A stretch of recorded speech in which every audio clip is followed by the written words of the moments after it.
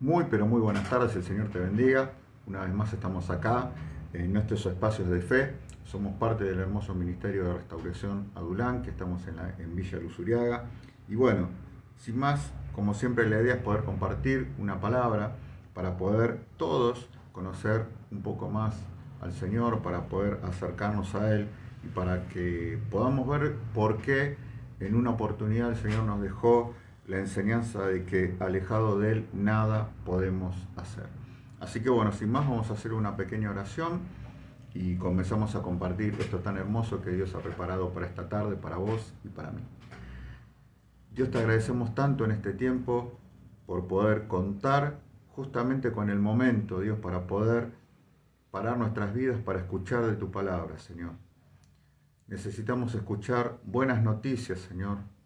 Necesitamos escuchar corrección, dirección, para que todo lo que está torcido en nuestra vida, Señor, poder tener la oportunidad que a través de tu palabra, a través de tus enseñanzas, Señor, pueda ser enderezado y podamos tener un nuevo rumbo, Señor.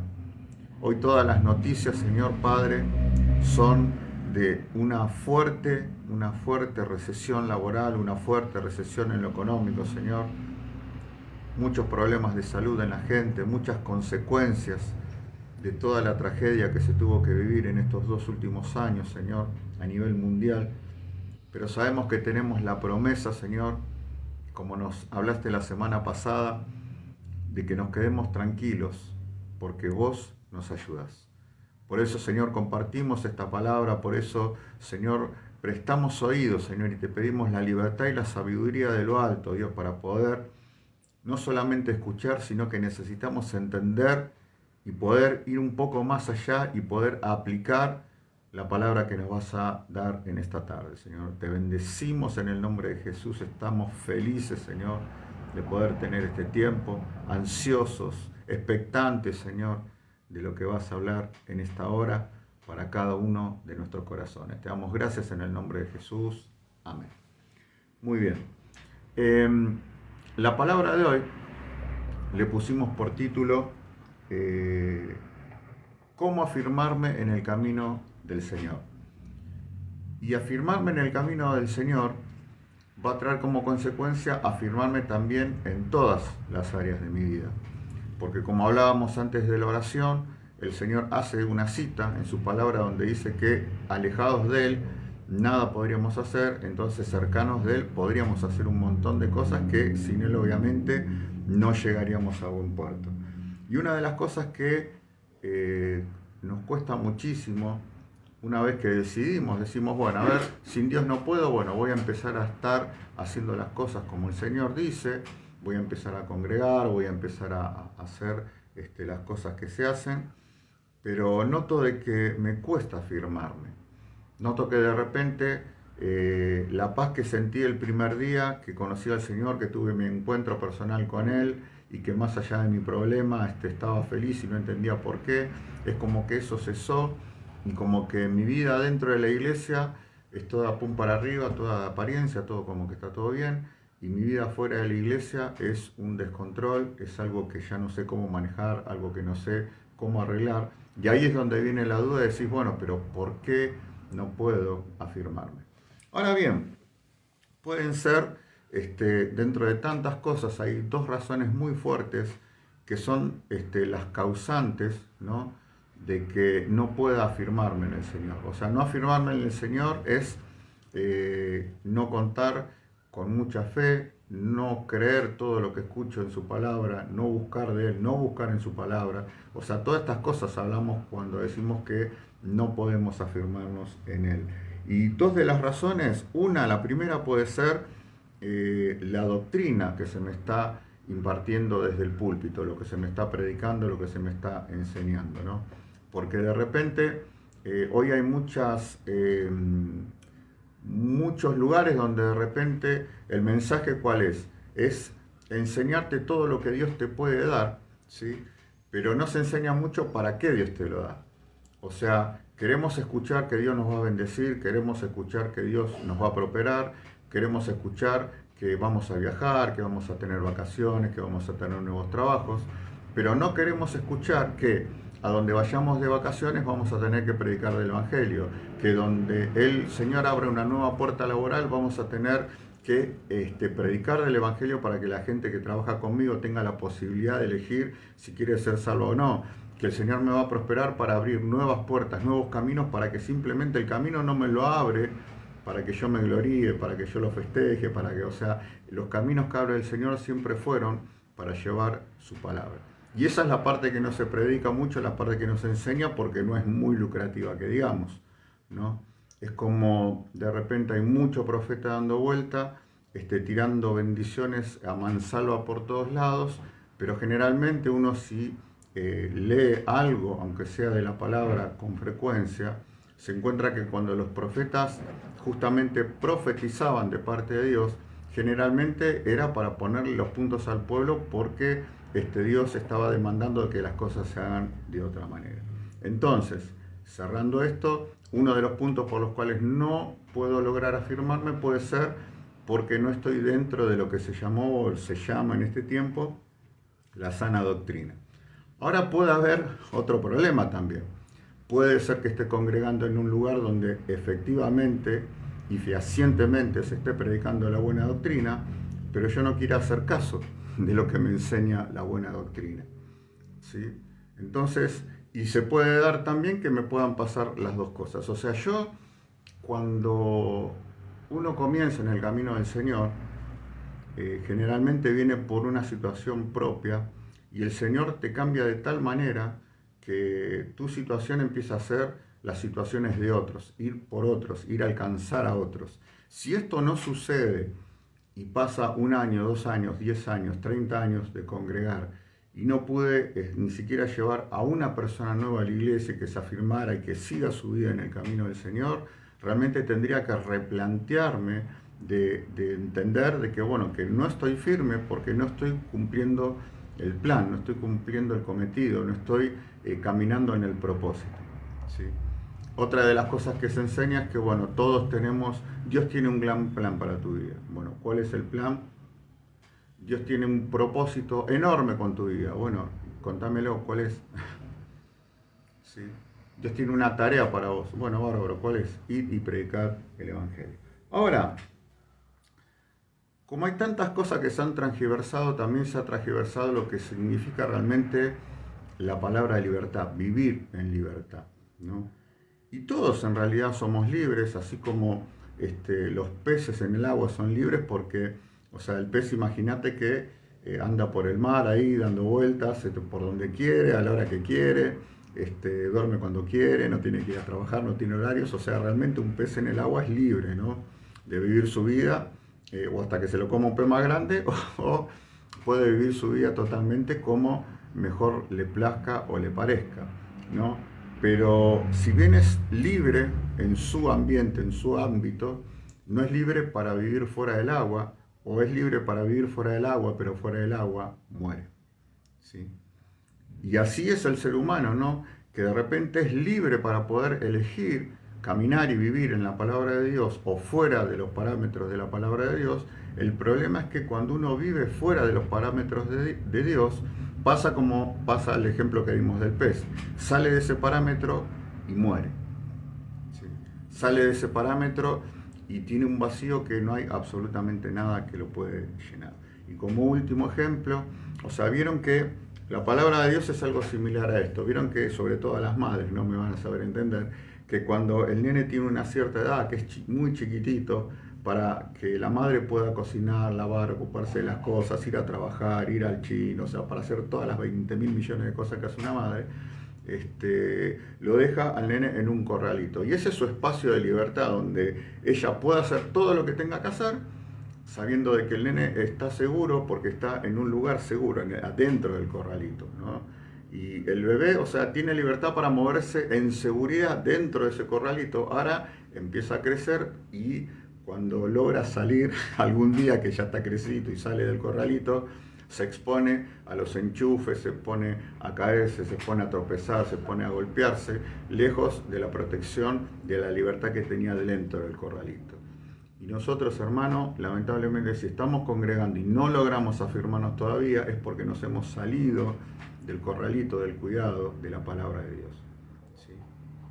A veces uno dice, ¿cómo hago para protegerme?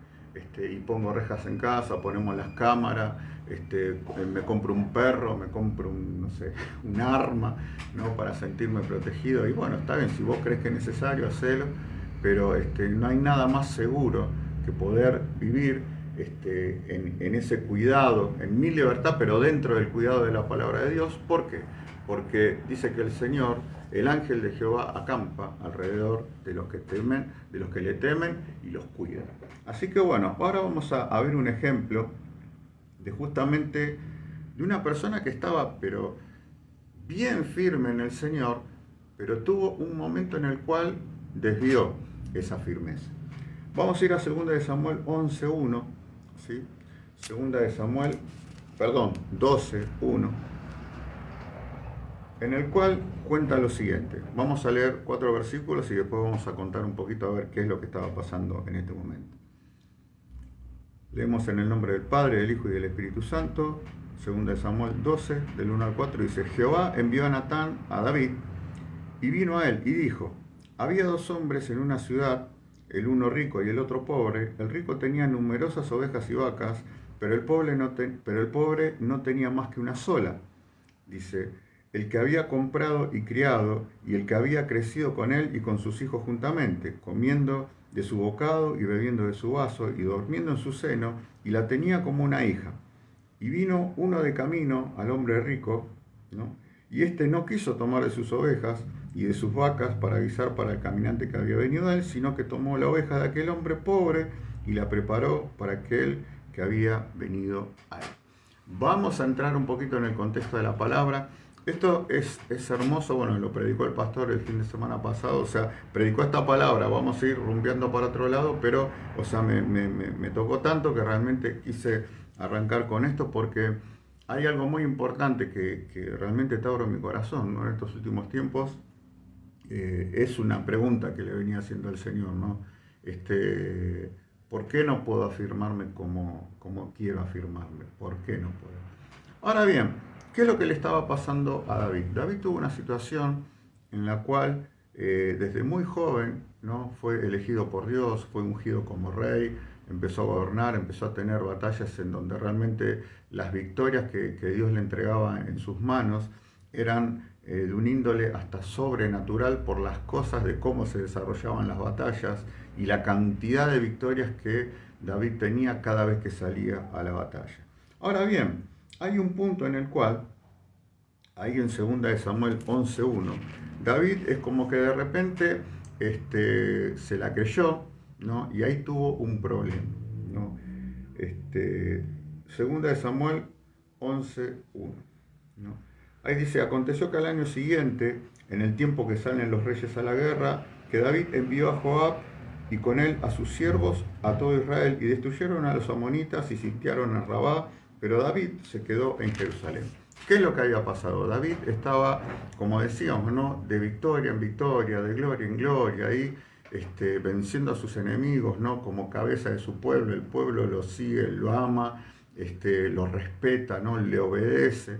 Y de repente, o sea, dentro de todo eso que estaba tan bien, dice ahí la palabra que hubo un tiempo en el cual los reyes salían a la guerra, ¿no? Porque era costumbre que el rey esté presente en la guerra, ¿sí? Entonces, dice que él toma la decisión de quedarse en el palacio, ¿no?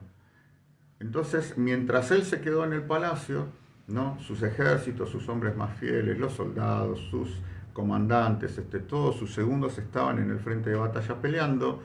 Y él simplemente es como que habrá pensado, bueno, yo ya peleé, ya batallé, ya gané tantas veces, ya hice tantas cosas, que es tiempo que ya las empiece a hacer otro, ¿sí? Y ahí entra el bendito, como fue pasando en los últimos tiempos en la iglesia, el tema de aprender a delegar, sí, aprender a delegar, pero en el momento justo, no aprender a delegar para descansar, sino aprender a delegar para ir en pos de otras cosas.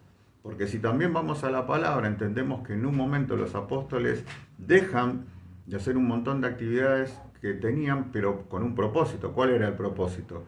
Acceder el tiempo completo al ministerio de la palabra, a estudiar la palabra para poder tener un conocimiento mayor del que ya tenían. O sea, no era delegar como se enseña para que descanse alguien, sino delegar para que el que ya llegó a un punto pueda avanzar para ir a algo muchísimo mayor. Pero bueno, volviendo a esto, ¿no? Decíamos que ahí David toma la decisión de quedarse. Y bueno, ahí se dan una serie de situaciones realmente muy terribles porque, para no hacerla muy larga, David, de repente, el día que decidió quedarse ahí, el día que decidió correrse de estar en pie de guerra, de repente estaba en su ventana, en su balcón, y miró hacia abajo y vio a Betsabé que se estaba bañando. Obviamente, seguramente no estaba vestida, y bueno, es como que fue tentado y llama a uno de sus súbditos y le dice, bueno, mira, anda, tráemela para mí. Bueno, y acá empieza el primer problema, ¿no? Porque realmente, ¿qué podría haber pasado si este hombre que es enviado a buscarla, ¿no? Hubiese dicho, no, rey, mira, está mal lo que vas a hacer porque esa mujer que vos me pedís que vaya a buscar para vos, esa mujer está casada con uno de tus soldados, que te es fiel, que es que te sigue, que te respeta, que está dispuesta a dar su vida por vos. Así que mira, mira para otro lado. Pero no le dijeron nada y bueno, la van a buscar, la traen, ¿no? David tiene intimidad con esta mujer, la mujer queda embarazada y ese hijo muere. ¿Sí? O sea, acá parece algo como que es todo muy rápido, pero realmente pasa un tiempo considerable, pasan meses. Porque, o sea, yo me imagino desde que trajeron a Betsabé hasta que David, por lo menos, no sé, una charla de media hora habrá tenido. Después se dieron un montón de situaciones donde seguramente se habrán seguido viendo. Pasaron 9 meses de embarazo y pasó el momento del día del parto donde este bebé, lamentablemente, por el pecado cometido ahí, el bebé muere. Sí. Y después se dan otras situaciones, que es ahí donde vamos a ir, para ahí vamos a apuntar la palabra, que después de ese bebé, ¿no? Nace Salomón, el cual fue el próximo rey del pueblo. ¿Sí?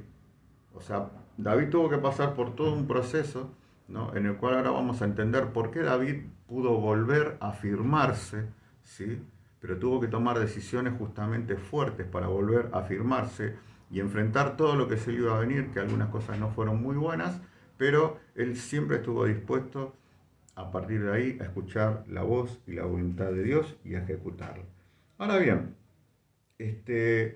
hubo un problema en el cual después de que David tuviera esta situación en la cual tiene intimidad con Betsabé, ella queda embarazada, que también él manda a asesinar literalmente a su marido, dice, bueno, llévalo a este hombre, ponelo en la primera línea de batalla y asegúrate que lo maten, asegúrate que no vuelva, ¿no? Y él seguía teniendo su relación con Betsabé como que aquí no ha pasado nada. O sea, uy, qué lástima, murió tu marido. Bueno, ahora nos es lícito, es legal que, bueno, pueda ser mía, que nos podamos casar, que, bueno, fantástico, ok. Y muchas veces nos podemos quedar en este tipo de situaciones, ¿no? Porque, ¿qué pasa? Cuando yo empiezo a caminar, ¿no? La vida cristiana, debo entender lo siguiente, de que absolutamente mi vida, todos los días, se convierte en una batalla. Todos los días debo estar en pie de guerra. El día que en lugar de levantarme en pie de guerra, me levanto en pie de ocio, me levanto en pie de quedarme en el balcón mirando la nada misma, olvidándome de que estoy en guerra, suceden las cosas que suceden. Empiezan a venir las tentaciones, empiezan a venir las caídas, empiezan a venir los dolores y empiezan a venir las cosas que no están permitiendo de que yo me afirme como me tengo que afirmar en el camino del Señor.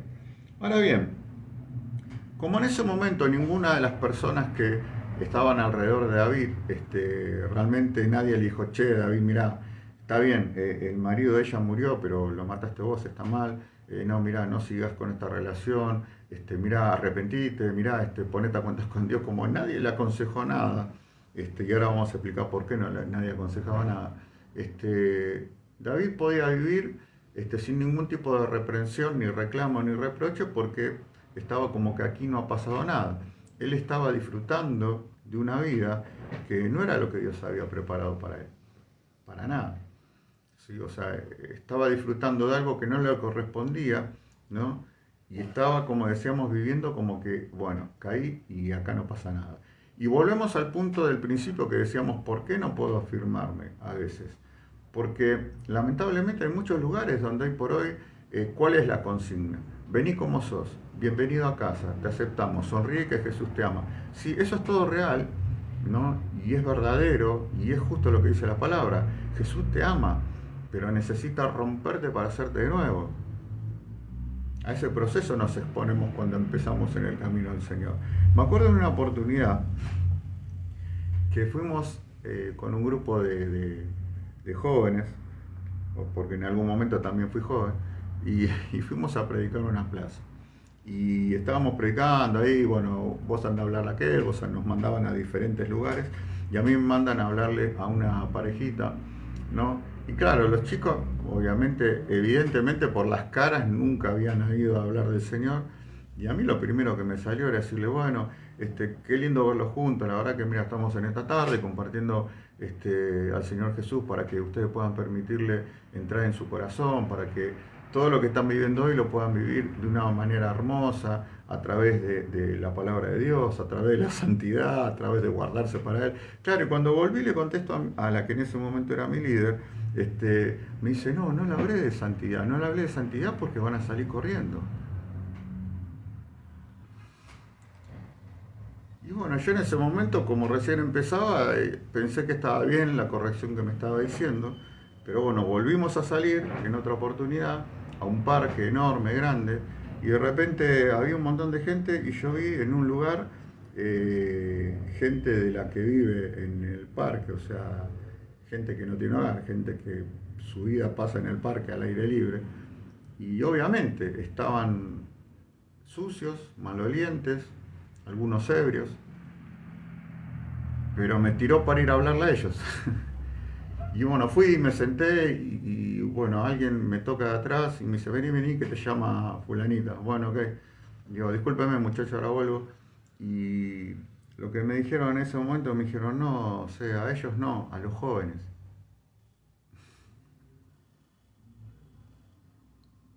Entonces, o sea, hablamos de libertad, nos enseñan, ¿no? Que Dios no hace acepción de personas, nos enseñan de que somos todos iguales, nos enseñan que todos somos iguales delante de Dios. Pero por otro lado, se nos corta la posibilidad de conocer la verdad. O sea, Jesús cuando predicaba, no andaba con medias tintas, decía las cosas como eran, para el que la quería entender como era, la entendiera y le siguiese de todo su corazón. No que después se entere de que no podía tener relaciones con su novia, después de 10 años que lo seguía. O sea, y ese es el punto. O sea, no me puedo afirmar porque la sana doctrina, porque la verdadera enseñanza no se me está explicando, o yo no me estoy haciendo cargo de lo que se me está explicando y hago lo que quiero. Y ese es el motivo por el cual me cuesta orar, ese es el motivo por el cual me cuesta leer la palabra, ese es el motivo por el cual me cuesta ganar a alguien para Cristo. Ganar a alguien para Cristo es hablar del Señor y hablar y hablar y hablar hasta que alguien esté con el corazón dispuesto para poder aceptar nada más y nada menos que la salvación y la redención de su alma.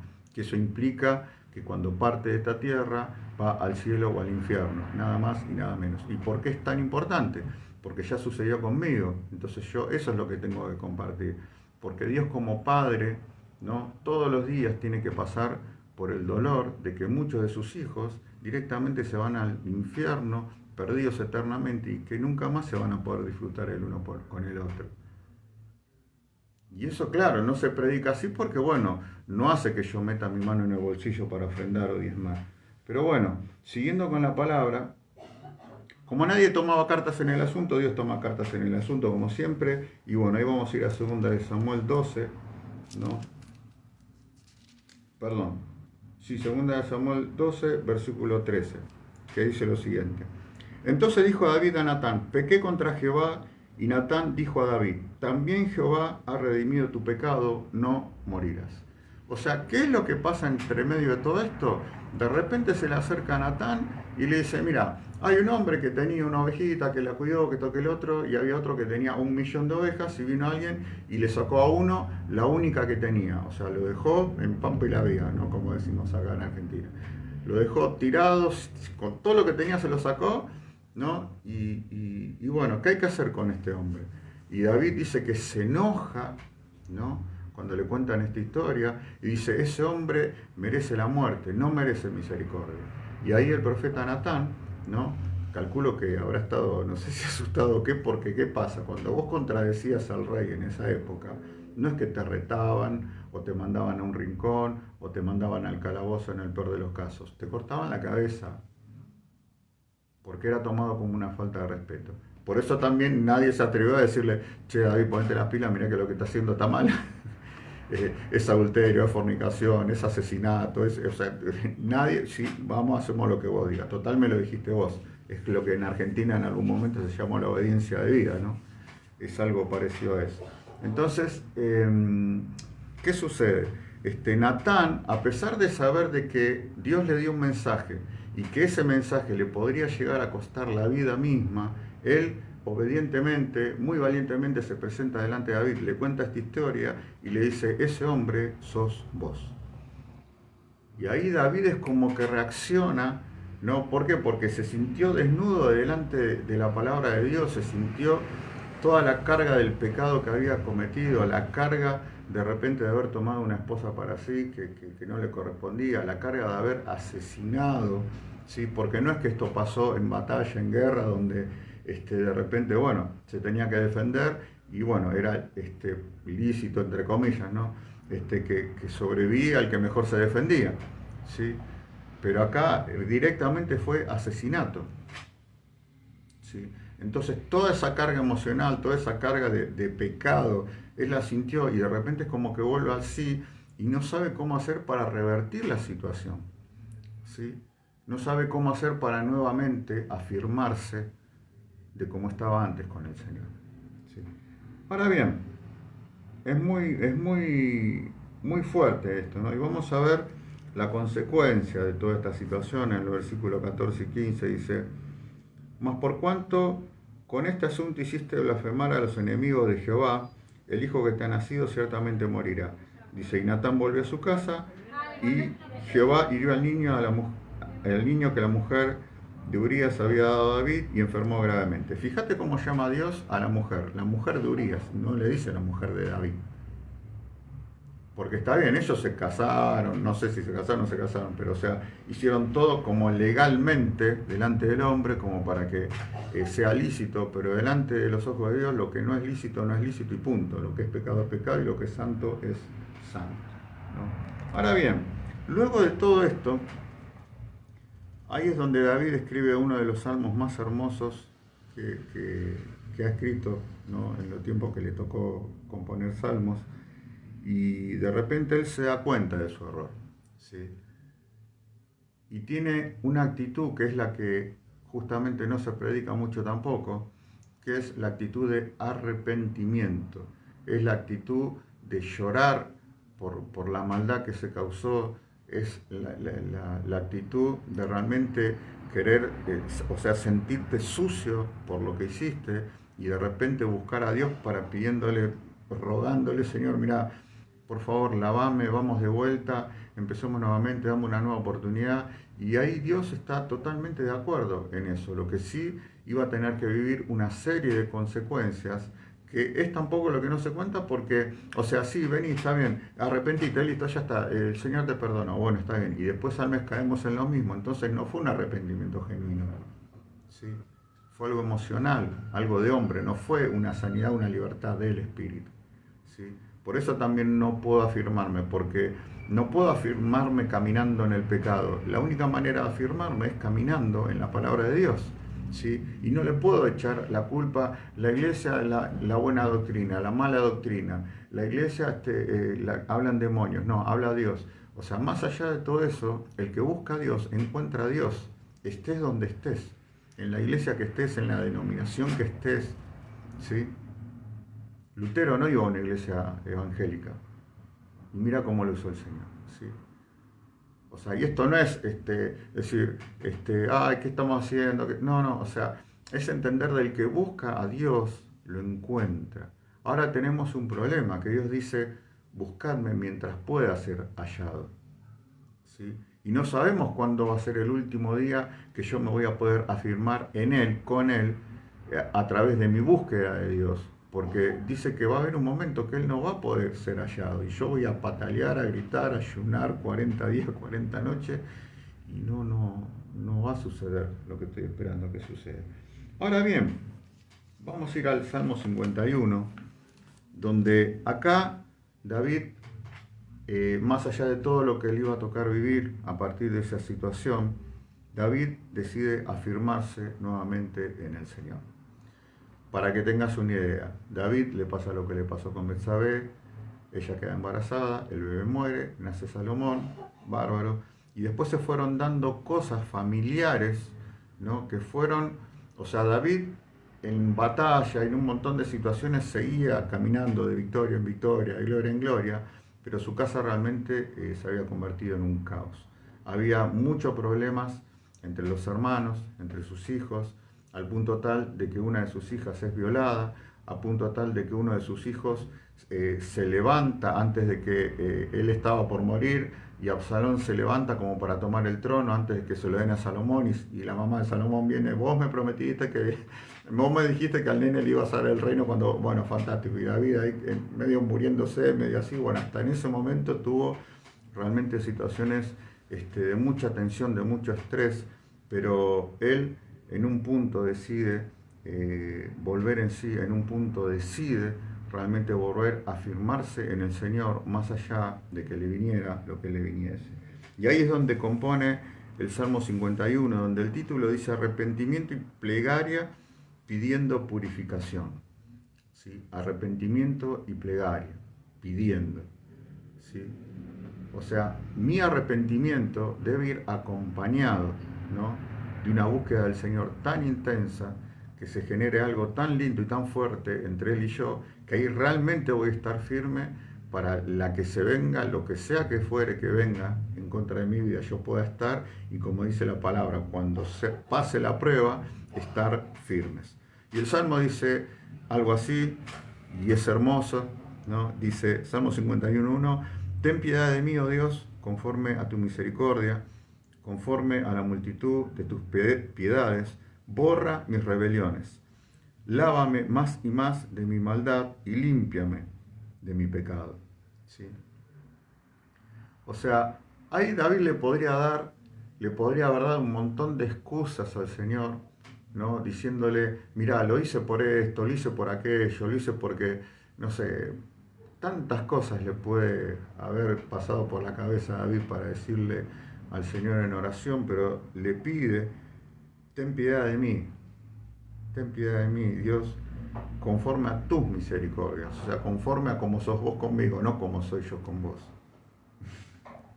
¿No? Conforme a la multitud de tu piedad, borra mis rebeliones, lávame más y más de mi maldad y límpiame de mi pecado.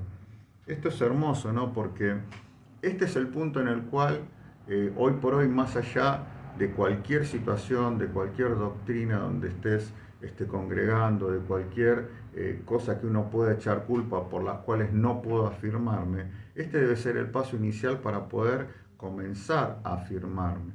¿Sí? Debo realmente ponerme a cuentas con Dios, ¿no? Pero no como cuando a veces sucede la Santa Cena y me como el pan y me tomo el juguito y bueno, amén, amén. No, realmente poder hacerlo conscientemente, rogar por mi redención, rogar por el perdón del Señor, rogar por empezar a tener una vida diferente a la que estoy teniendo, ¿no?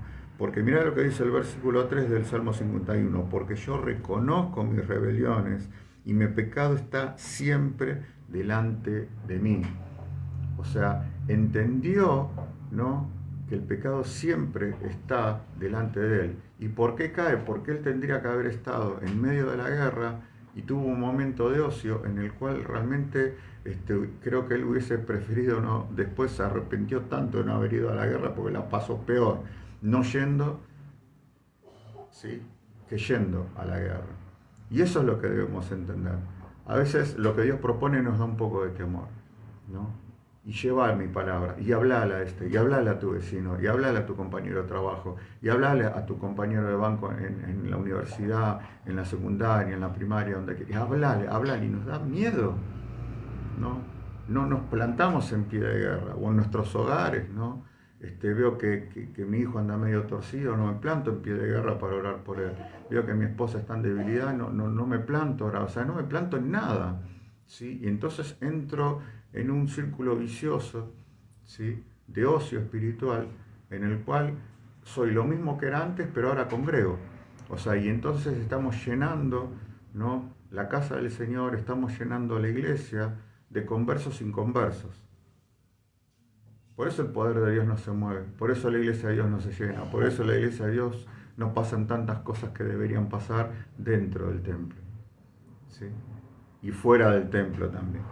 Así que, y por último, ¿no?, el Salmo 51:11 es hermoso, porque David, después de entender la consecuencia de pasar un día fuera de estar en pie de guerra, David, al darse cuenta de que se corrió de su relación con Dios, David, al darse cuenta de un montón de cosas que realmente nunca hubiese querido pasar o perder, dice lo siguiente: no me eches de delante de ti, no me saques de delante tuyo, Dios.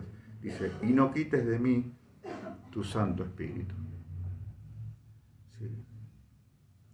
O sea, la declaración de David primeramente habló de un arrepentimiento y habló de un clamor pidiéndole, mira, sacame lo que quieras, pero no me quites delante tuyo. Yo quiero seguir estando con vos, quiero retomar mi relación con vos, quiero retomar esas charlas que teníamos, quiero retomar eso donde vos me decías, esto sí, esto no, anda por acá, prepara a los soldados para esto, prepara los soldados para lo otro, ¿sí? Él se había dado cuenta que lo había perdido, pero él dice, por favor, no me quites de delante de ti y no quites de mí tu Santo Espíritu, ¿sí? Y vuélveme el gozo de tu salvación.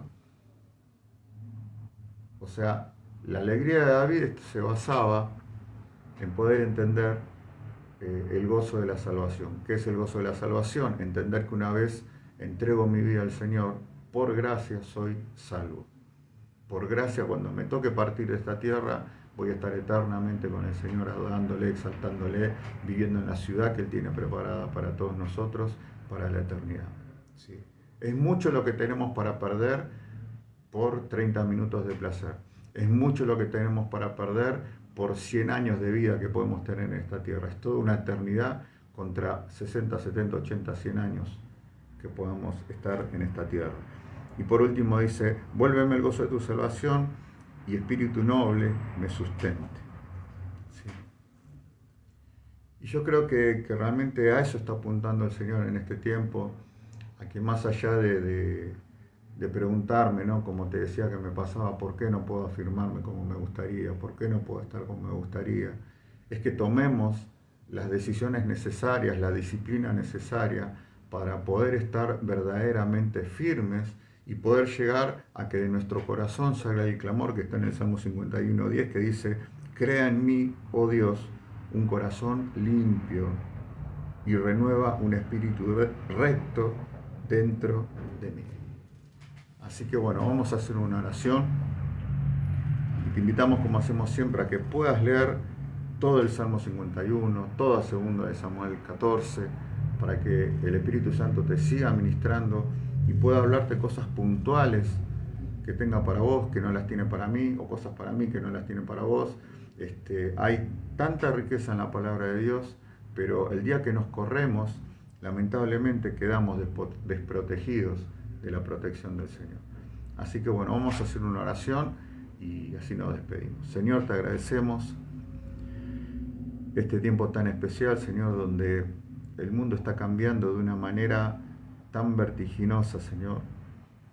Hoy necesitamos que tu gracia, Señor, actúe sobre nuestra vida, Señor, al doble de esa velocidad, Señor, para poder volver en sí de una vez por todas, Señor, para poder estar firmes y en pie de guerra, Señor, para que nos libres del ocio, Señor, para que nos libres, Señor, del ocio de la televisión, de las redes sociales, Señor, de las plataformas de streaming, Señor, de las cosas, Señor, que ocupan horas y horas y horas, Señor, que nos llevan a caminos de muerte, que nos llevan a caminos de sombra, Señor. Ayúdanos a ser equilibrados, Señor, con nuestro tiempo, Señor, con el tiempo que usamos para descansar, para trabajar, para divertirnos, Señor, pero por sobre todas las cosas el tiempo que utilizamos para estar con vos en tu presencia, Señor. No hay otra forma de estar firme, Señor. No me quites delante de ti, Señor. Aviva el Espíritu Santo que has puesto en mí, Señor. Que prevalezca sobre mi carne, sobre mis deseos, sobre lo que quiero yo, Señor. En el nombre de Jesús, Señor, declaramos que te necesitamos más que nunca, Señor. Entendiendo que son tiempos duros, difíciles, Señor. Tiempos donde la maldad ha avanzado, Señor, de una manera tan grande, Dios, que lo único que nos puede librar de todo eso, Señor, es poder estar en tu presencia todos los días, Señor. En el nombre de Jesús. Bendecimos este tiempo, Dios.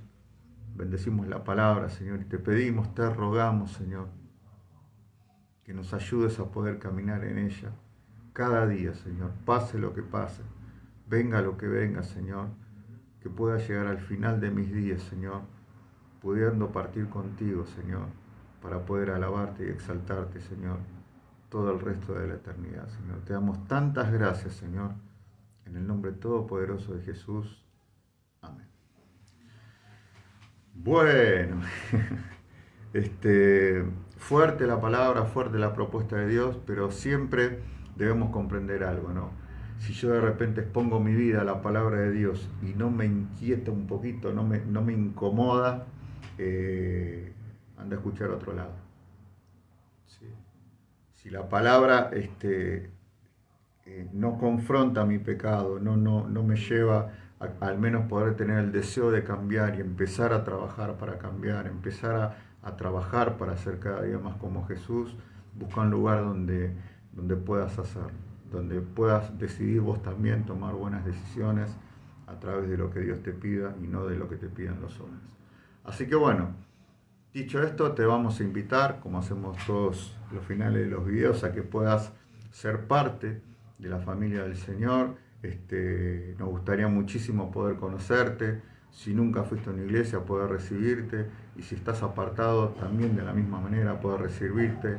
Y aún en estos últimos tiempos, donde todo lo que se vio en estos 2 años, hubo lamentablemente muchos pastores que partieron con el Señor, muchas iglesias que se han cerrado. Pero ahí estamos, sostenidos por la mano poderosa del Señor para poder recibirte y para que juntos podamos crecer en esto tan hermoso que es cada día conocer más de Dios e ir por aquello que Él desea que vayamos. Nos encontramos, como te decíamos, somos parte del Ministerio de Restauración Adulam, que estamos en la calle Santander 2474, ahí entre Ayeta y Almafuerte, en la hermosa ciudad de Villa Luzuriaga. Tenemos reuniones los días martes, los días viernes a las 19:30 horas y los domingos a las 10:30 de la mañana. Así que bueno, dicho todo esto, te mandamos un saludo. Dios te bendiga grandemente, siga hablando a través de su palabra, te siga ministrando y que puedas tomar la buena decisión, que podamos tomar todos la buena decisión de definitivamente afirmarnos en la palabra de Dios. Que el Dios te bendiga. Nos estamos viendo la próxima.